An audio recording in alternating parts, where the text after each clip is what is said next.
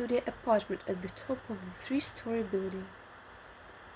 Johnny's real name was Joanna. In November, a cold and unseen stranger came to visit the city.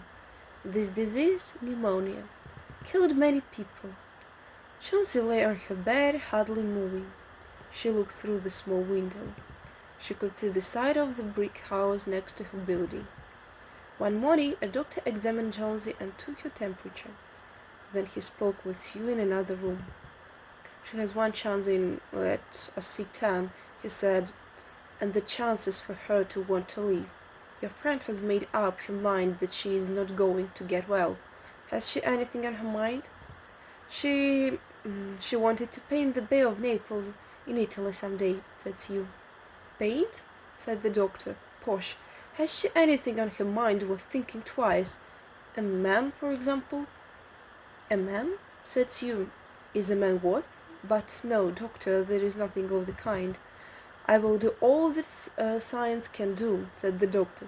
But whenever my patient begins to count the carriages at her funeral, I take away 50% from the curative power of medicines. After the doctor had gone, Sue went into the workroom and cried. Then she went to Johnny's room with her drawing board, whistling ragtime. Johnny lay with her face toward the window. Sue stopped whistling, thinking she was asleep. She began making a pen and ink drawing for a story in a magazine. Young artists must work their way to art by making pictures for magazine stories. Sue heard a low sound, several times repeated. She went quickly to the bedside. Johnny's eyes were open wide. She was looking out the window and counting backward. 12, she said, and a little later.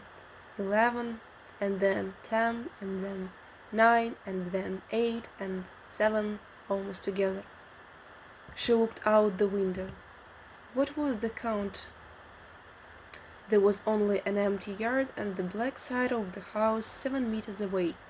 An old ivy vine, going bad at the roots, climbed halfway up to the wall.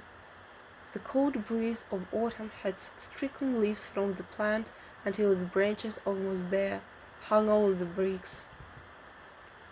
"What is it, dear?" asked Sue. 6, said Chauncey quietly. "They're falling faster now. 3 days ago there were almost 100.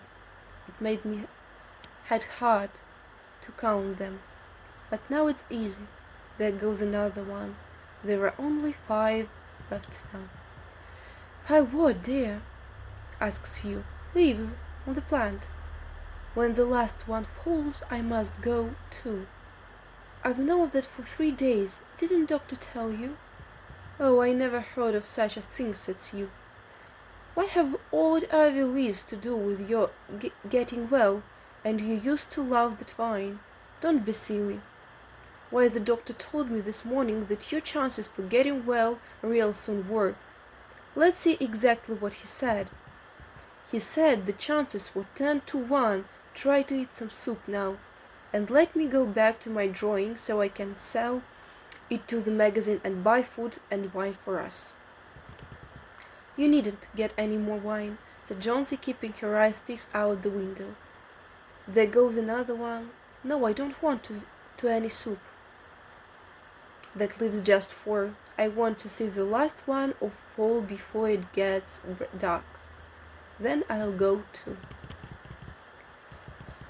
Old Behrman was a painter who lived on the ground floor of the apartment building. Behrman was a furrier in art. For years he had always been planning to paint a work of art, but he had never yet begun it. He earned a little money by serving a model to artists who couldn't pay for a professional model. He was a fierce old little man who protected the 2 young women in the studio apartment above him. She found Behrman in his room. In one area was a blank canvas that had been waiting 25 years with the first line of paint. She told him about Jonesy and how she feared that her friend would float away like a leaf. Old Behrman was angered at such idea. "Are there people in the world with the foolishness to die because leaves drop off a vine. Why do you let that silly business come in her brain? She's very sick and weak, said Sue, and the diseases had left her mind full of strange ideas. This is not any place in which one so good as Miss Jonesy shall lie sick, yelled Bearman. Some day I will paint a masterpiece and we shall all go away. Jonesy was sleeping when they went upstairs. Sue put the shade down to cover the window. She and Bearman went into the another room. She looked out a window fearfully at the ivy vine.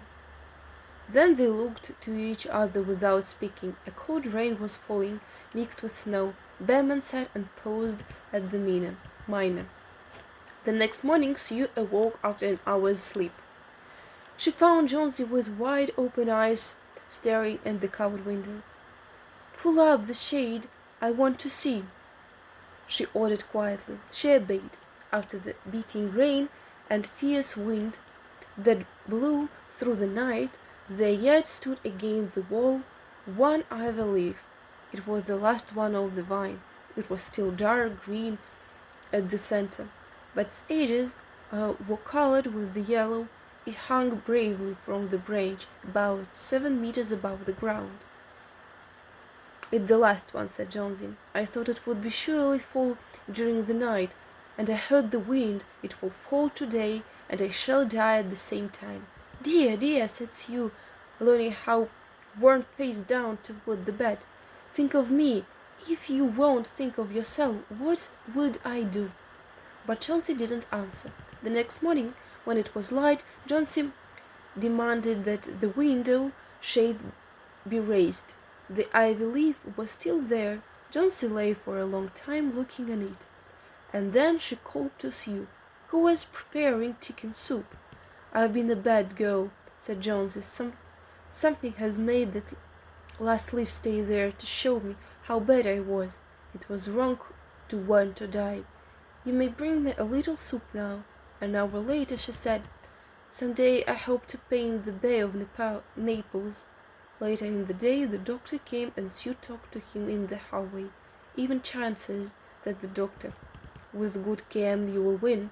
And now I must see another case. I have in your building Bearman. His name is some kind of an artist, I believe.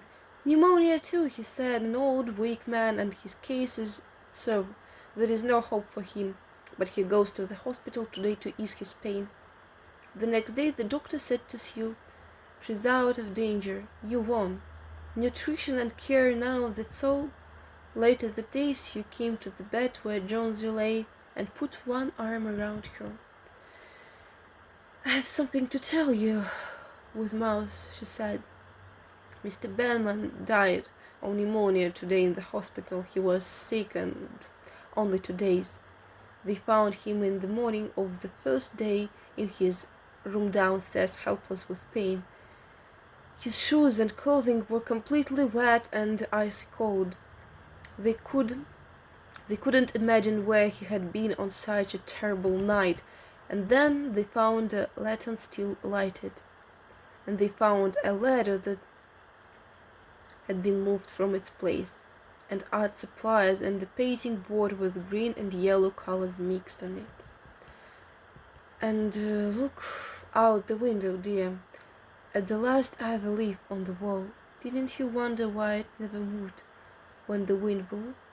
Oh, darling, it's a Bearman's masterpiece. He painted it there the night that the last leaf fell."